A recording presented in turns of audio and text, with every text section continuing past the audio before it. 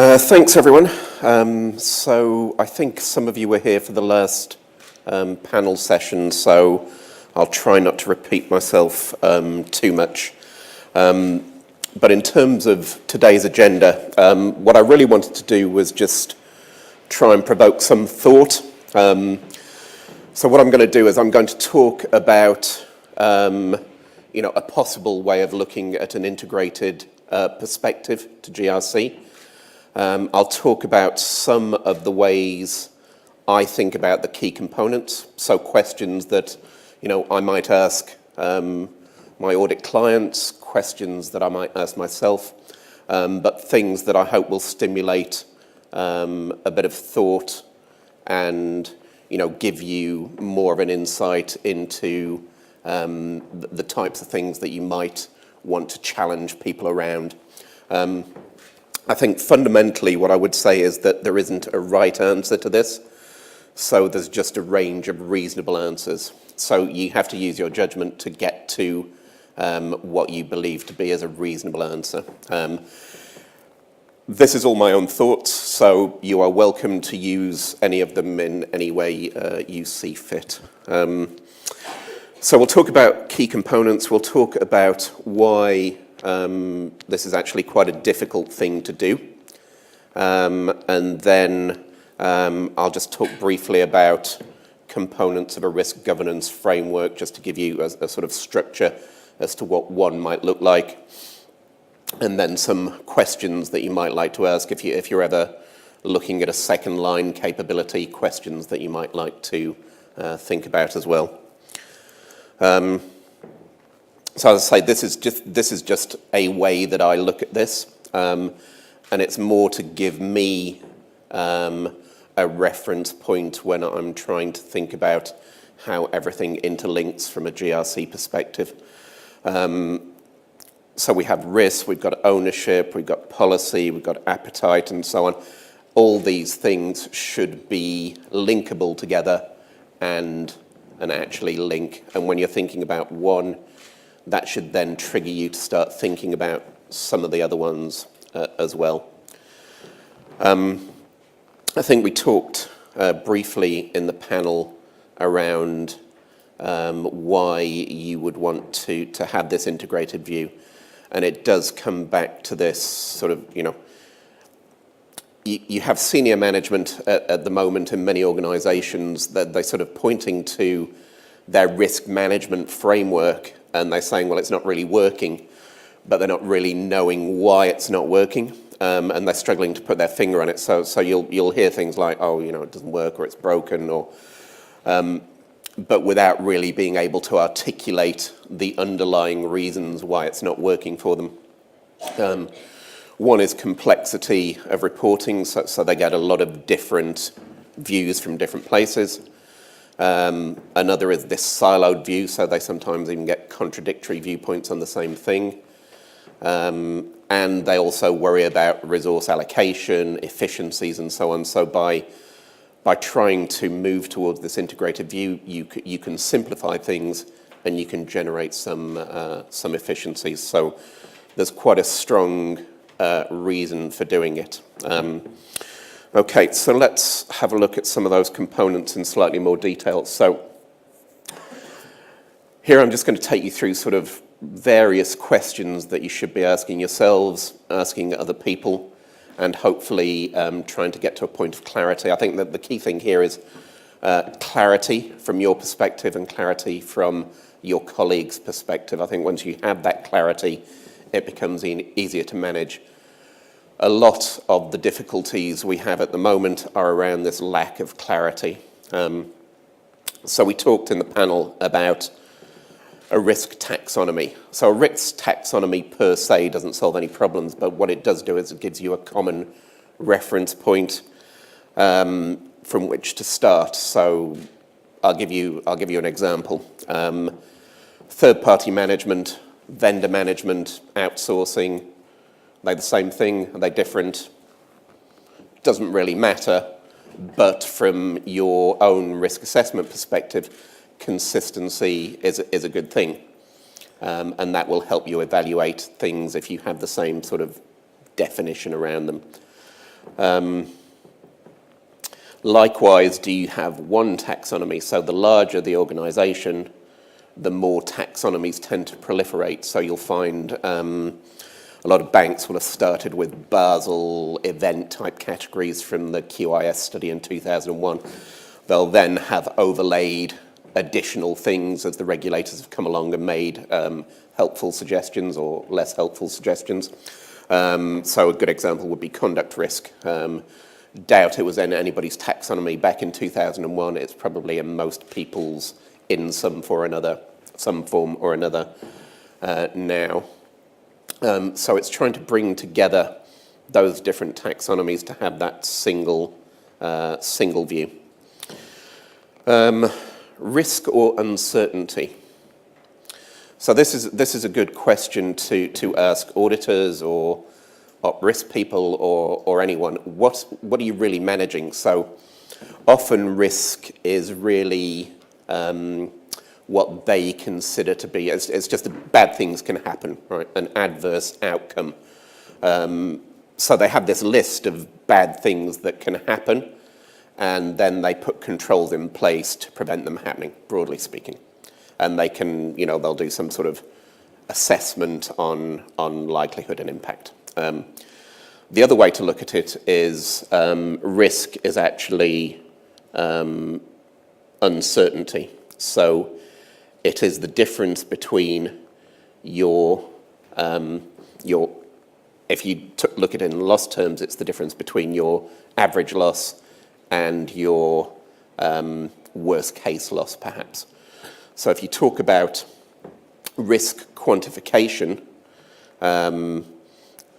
uncertainty is a better way to go. So really, when you talk about fraud risk, what you're talking about mostly is the risk of a loss resulting from a fraud event.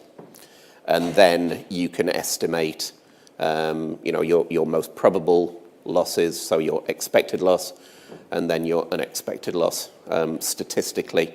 And the difference between your expected and unexpected loss is really your area of risk. And to manage risk, what you want to do is bring your unexpected loss closer to your expected loss, if that's what you want to do, links to risk appetite. Okay, how do you know the risk set is complete? It's actually very hard because you have to start somewhere. You can base it on different organisers, you can do interviews, you can go to the regulators and see what list the regulators require you to manage. But at some point you have to consider from your organisation's perspective, do I believe that my risk set is complete? I.e., am I managing all the risks that I want to manage? So if you go and ask that question, you tend not to get a very good answer because the way the risk set has evolved hasn't been that structured. There tends not to be a regular review of that risk set. It tends not to be proactive. Risks or issues. So a lot of organisations will say they're managing risks, but what they're really doing is that they're logging issues in an issue log so that they can then tell me, as an auditor, when I come along, that they know about it. Thank you very much. I'm not telling them anything new. Okay, that's sort of fair. But then, so if you've logged all these issues, what are you actually doing about it? And to what extent is an issue really a reflection of the risk that you have? Now, you can make a sort of tangential argument that issues are a proxy for residual risk, but it's not great. Risks or processes. So again, a lot of risk and control self-assessment type activity will start with a process, not a risk. It will then look at the risks in that process, but it's really looking at the stuff that might go wrong in a process. And then it will look at what controls will stop that stuff going wrong. And you might assign a likelihood and impact to those. And I'll come back to that one in a minute. Key operational risks as well. Do you know what they are? Are they consistent? How are they managed? Does the group have a top-down set of KORs? Do they cascade? Risk ownership, does each risk have an owner?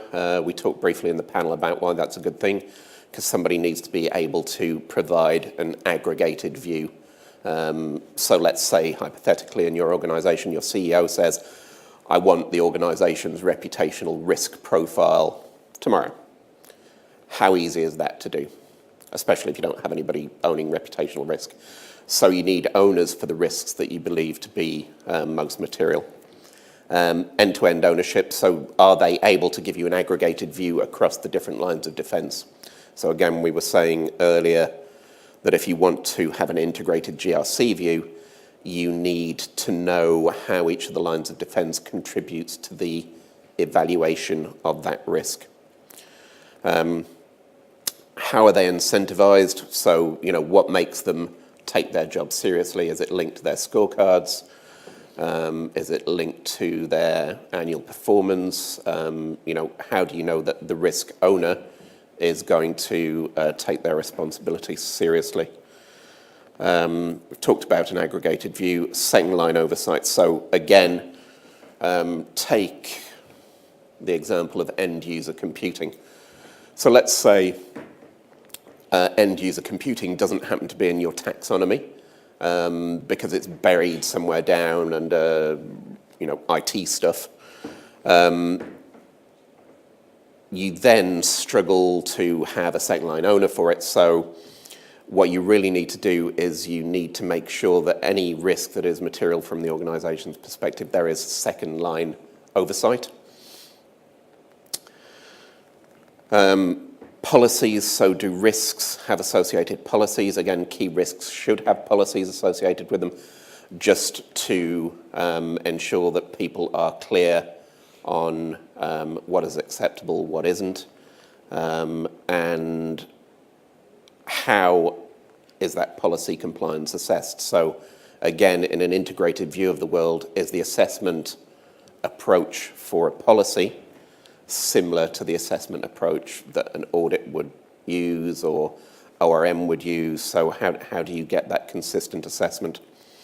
And how many policies do you have? How many policies should you have? If you find that you've got several hundred policies, it's going to be hard to actually focus on the key stuff and do a reasonable assessment. So risk appetite, cost of control versus loss experience. So some organisations are looking at how they invest in controls and whether it's worth it. So if you think about credit risk, market risk, you're taking a risk on purpose to generate a return. Operational risk, governance type things, it's just a negative outcome that you're trying to avoid. But there is a cost to avoiding that negative outcome. So some organisations are looking at whether the cost of mitigating that risk is actually worth it. Just one thing to think about here is, a lot of them are thinking about it in terms of loss experience. So I haven't had any losses in this area before, therefore, should I bother spending money to mitigate them? If we go back to the unexpected loss, the uncertainty bit, really what you should be looking at is the potential loss associated with those from an unexpected loss perspective. How much risk is too much? So do you actually define where you draw the line and what happens when that line is crossed? When does it start to matter? When do people start to care? Does it trigger escalations? Does it trigger actions off the back of that? Here's a good question to ask anybody you're talking to around risk appetite. Ask them, so can you give me an example of where your risk appetite has changed the business decision that you were going to make?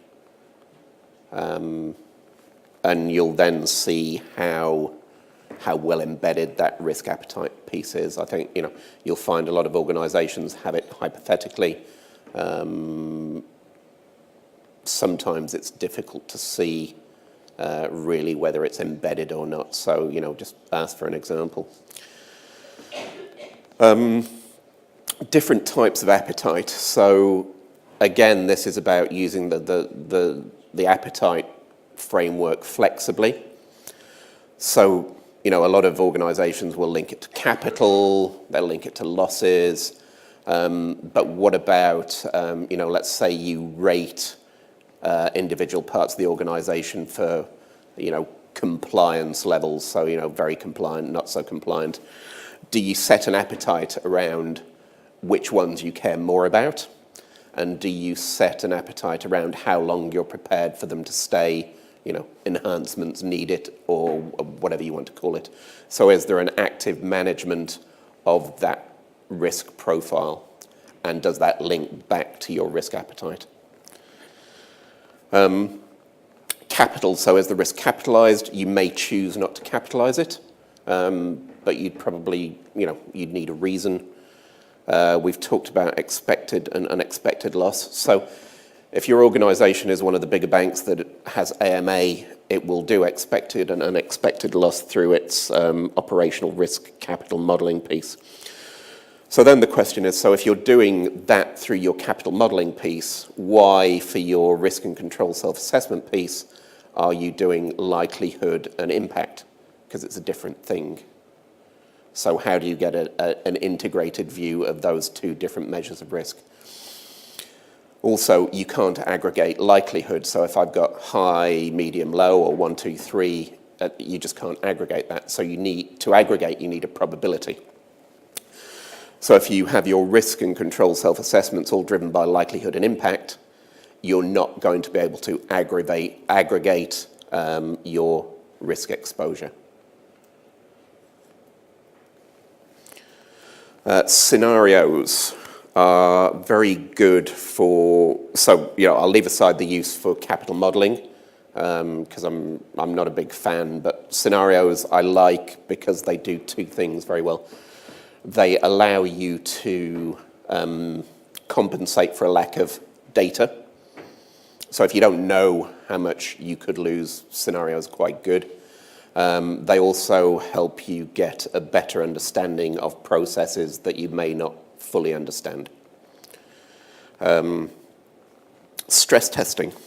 Again, stress testing is a useful tool because from an operational risk management perspective and others, but from an risk perspective, the AMA capital stuff is so far out there at a 1 in 1,000 view that it's not really very useful, whereas a stress testing you can create a much more useful view.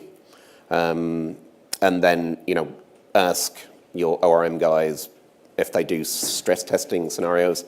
Don't let them tell you it's the same thing because subtly it's not the same thing. So scenarios is broadly a move along the same distribution. A stress test is a shift in the shape of the distribution. Sometimes you'll get the answer, I don't do scenarios because the regulator doesn't make me. It's not a great risk management answer. Okay, fine, but it's not a great answer. It's like nothing's gone wrong yet. So if you look at the cyber risk stuff, if you'd done your assessment based on loss experience, loss history, likelihood, impact, up until quite recently, cyber risk wasn't costing a lot of money, so you'd have had the wrong answer. And then we have this thing called unknowns. So Donald Rumsfeld, I think, used that previously. But it's about, so let's say I've done my best. I think I know what my risks are. I've got it all nicely structured. I've got them capitalized where I want them. I've done my scenarios. I've done my stress tests. There is still the possibility that you've just missed something. So some organizations are thinking about having this what I call an idiosyncratic buffer. So it's just an amount of money set aside for stuff that you just do not know and can't possibly know. So just a thought. It may be of use to you. Okay, status. So clearly, if you've got all your risks nicely mapped out, you want to know where you are at any point with those risks. So what's your current exposure? So things that you might want to see, total exposure for that risk, quantified, expected loss, unexpected loss, target exposure, time to get back to your target exposure, what's the trend, and then you potentially want to overlay that quantitative view with some of the more qualitative potential impacts that I'll come to in the next slide. Action plans. So we talked briefly about just issue logging. So issue resolution rates are a good indication of how well your organization is managing down its control exposures. So a lot of issues logged, okay, but how quickly is management actually resolving those issues and getting themselves back to where they would like to be? How do they know where they would like to be unless they link that to risk appetite? Do they factor in work coming out of the scenarios that they do and the stress tests that they do, taking actions from those and using those to go back and improve their control framework and their risk management processes? And then do they do any sort of cost-benefit analysis? So it links back to, the cost versus the risk. Residual risk. So can you actually quantify it? Do you actually quantify it on the same basis that you quantify all the other risks? Or do you do something different? If it's not consistent, you're going, again, to struggle to create an aggregated risk profile. Your residual risk should also link to your strategy. So, it may be that strategically you want to take on this risk. You may say that actually you're prepared to be outside appetite for a certain amount of time, and you're prepared to live with higher levels of residual risk. But that needs to be transparent. So often you'll find residual risk sitting there, ask the question, so, is that there on purpose? Have you deliberately decided not to do anything about it? Or, is it an accident that it sits there as a residual risk? Are you happy with it, and can you show you've thought about it? KRIs, and we could do a whole topic on KRIs, but really, do you know which KRIs are moving the dial for your organization's different risk types? So take any one of your key risks, model risk, fraud risk. Do your KRIs, when you line them up, so let's say you have several KRIs for each risk, do you actually know which of those KRIs is giving you the most information? Are they weighted index? So, you'll often see a list of KRIs and a lot of red, amber, green next to them. So, it's sort of overall view is amber, but it doesn't really mean anything. So how do you translate that into something meaningful and quantified so that senior management can make decisions off the back of it? If they just see a lot of KRIs, a lot of colours. How is this assessment dynamic? So if you take cyber risk as a good example, your KRIs should be picking these things up before they eventuate. So you need to revisit your KRIs very frequently. So most of the organisations I'm familiar with, it tends to be a sort of annual exercise potentially. These are the things you should be looking at every quarter at least, because they are the things that are supposed to give you the biggest insight on your key operational risks. So if your key operational risks are correct, then your KRIs are critical. The other thing is, obviously, KRIs, they are indicators, so they are not measures of risk themselves. They just give you a proxy. So what else do you do to give yourself a more complete view of that risk? And then outlook. So again, you will find a lot of risk assessment type activity as retrospective. So factors used in risk and control self-assessments can tend to be backward look. How many losses have I had? How many issues have I logged? How many audit issues did I get? How many regulatory issues? What other issues do I know about? So you get this backward-looking view of the world. That's fine for control improvements. It's fine for enhancing your control framework. It's not great for risk management. So you need that forward view because, clearly you're trying to anticipate and prevent within the framework that you've got. Okay, I'll move on to why it's all very difficult. So if you think about, we start in the middle. So this is a taxonomy.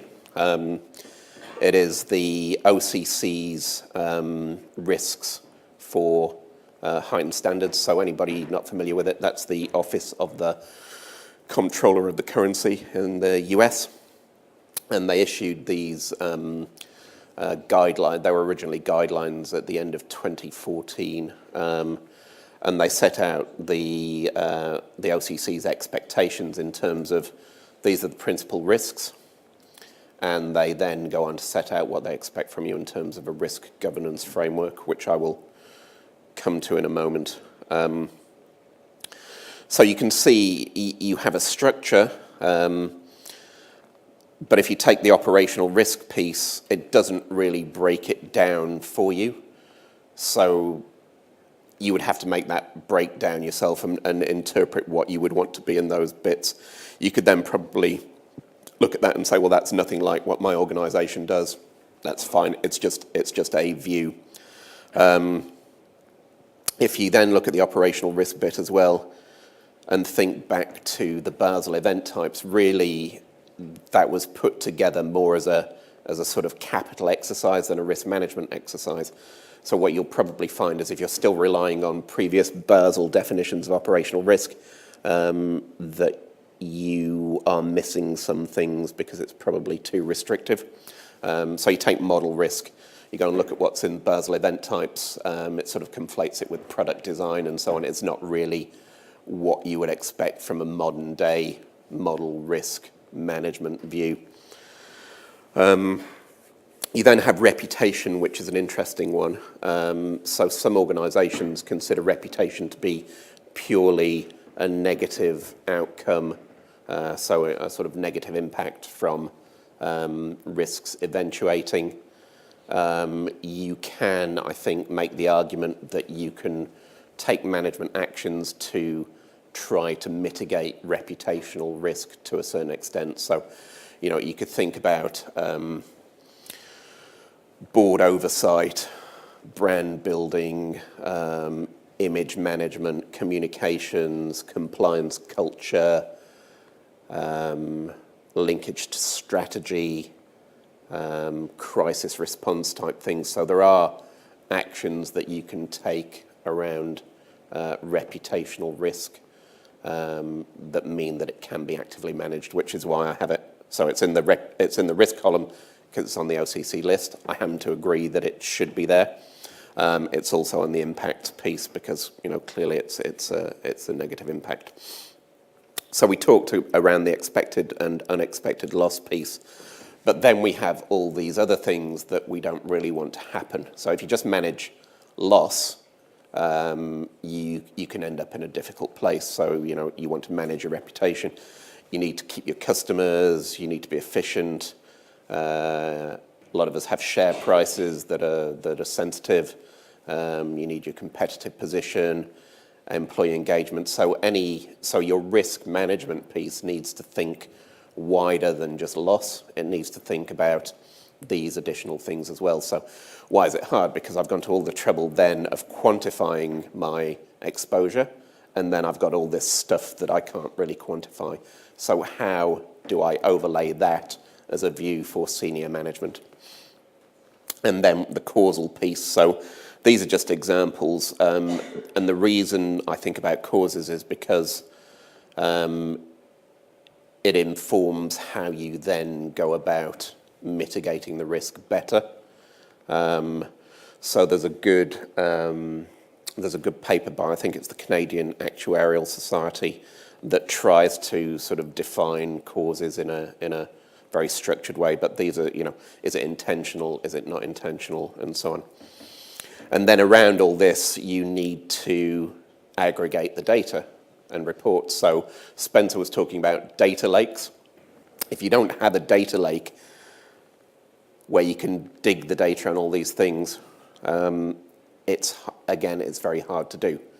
So it's a very complex picture and not that easy to solve. So, conceptually it's fine, but actually in practice, it's hard to solve.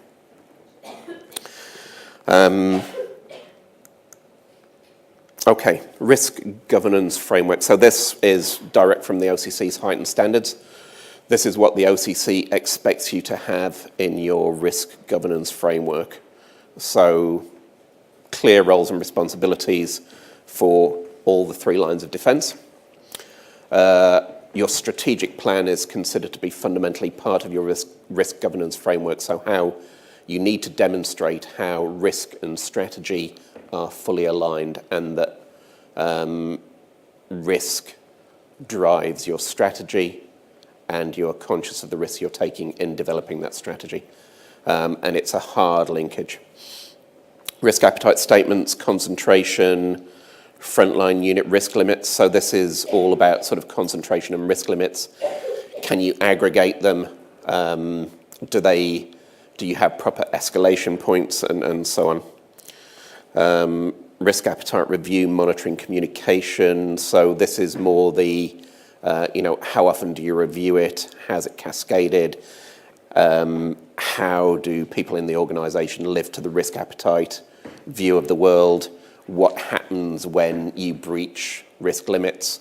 How do those get escalated back up? What actions are taken? So on. Concentration risk management generally is more sort of credit and so on, but if you think from a non-financial risk perspective, there are other things that drive concentrations. So if you have all your assets concentrated in one place, if you have all your resources concentrated in one place, if you only have a specific type of product that you produce, that is another example of a concentration risk that you then need to think about in this framework.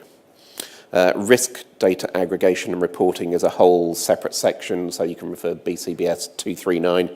The requirements are very detailed, and clearly it's much wider than just a technology thing.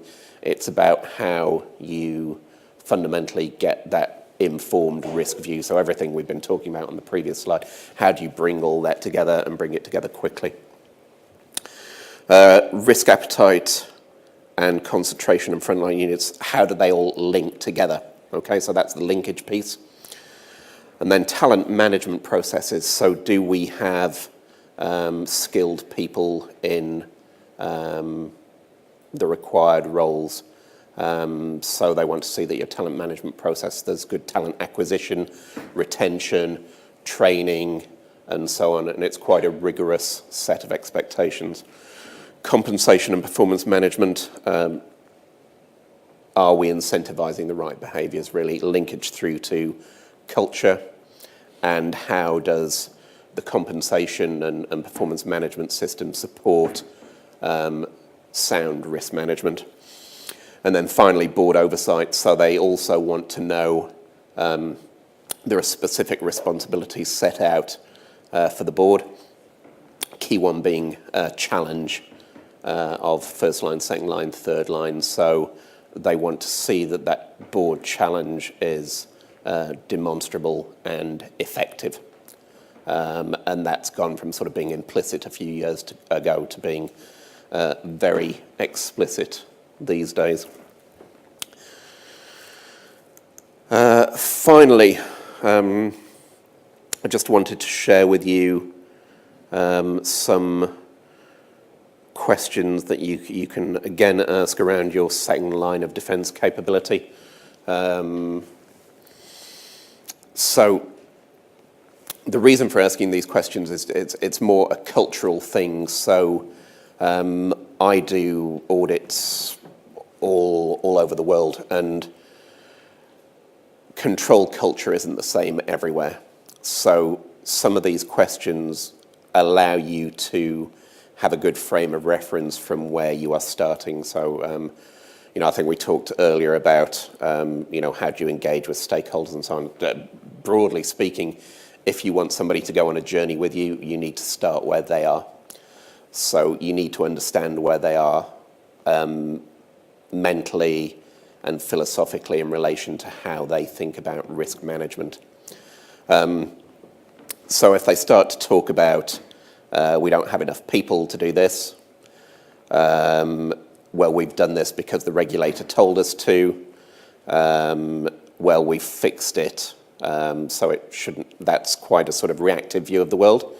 So I know that if I'm starting to have conversations about sort of higher expectations, it's going to be a hard sell because I'm over here and they're down here. Compliance focus. A lot of banks will have a compliance focus. So I'm not doing it because the policy doesn't require me to do it, or because the regulator hasn't told me to do it, because I don't have to do it, or it's a guideline, not a regulation, or so on.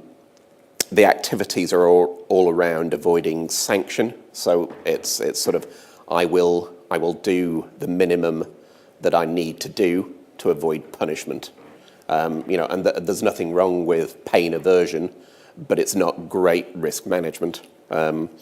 Silos of focus, so you'll tend to find that you've got fraud risk, technology risk, vendor risk, overlaps, gaps. Again, not great. And then you could ask whether it's the regulators actually driving that risk management agenda, or whether you're driving your own risk management agenda. Where you can start to have better conversations around risk management is if you can talk about integrated views, so how parts of your framework interlink and influence each other. Is there an understanding of how these things link to strategy and appetite? Can you point to an owner for the key risks? Do they have aggregated risk profiles? Do they want aggregated risk profiles? I have, in a previous organisation, I was having a conversation around reputational risk. And I said, but if you don't have it in the taxonomy anywhere, and you don't have anything around managing it, you can't aggregate it. And the answer was, why would I want to do that? Okay. Not a great answer.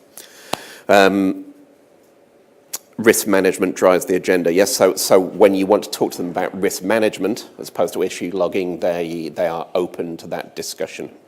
If you get, well, I've logged an issue, so I already know about it, it's going to be a harder conversation. And then this sort of best-in-class view. So this is just my view of what I would like to see, ideally.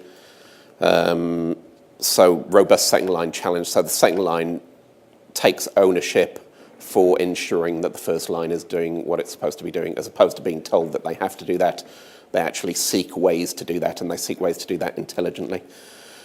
They have this ongoing self-evaluation process that enables them to improve the way that they do things, and they want to improve so that when you come and talk to them, they try to extract value from what you have to say. They want you to share experiences. They want you to add value. It becomes a consultative process and much easier to manage. They intertwine risk management and strategy. So they're conscious of the risk impacts of the strategic decisions that they are making, and they're thought about up front. And then they adjust their framework to preempt potential changes. So, they scan the landscape, they see what's going on, and they try to make those improvements before somebody makes those improvements. Okay, so I am out of time with 10 seconds left. Happy to take any questions if we have a couple of minutes.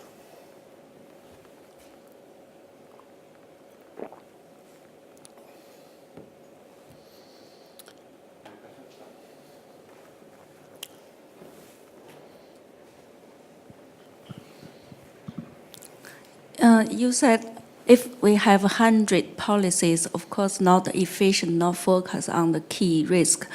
Was Citibank the best way? What do you think how many policies would be efficient way to manage the risk? So it's a very difficult question to answer because what you have to look at your own organisation and determine. So the question is the risk framework driving your policies, or are you just producing policies because you feel that you need to produce policies? So if you go through the list of policies in many organisations, there's probably a front desk policy, there's a parking downstairs policy, there's a turnstiles policy, canteen policy. A lot of these things you could make the argument that you don't necessarily need a policy for, and you should refocus the policy view on trying to support your risk view. If risk is the stuff that you really care about, and sort of banks, risk management is, risk, compliance, governance, that's the key stuff. So there is not a right number, and obviously larger organisations will tend to have higher numbers of policies, but you need to take that intelligent view would be my suggestion.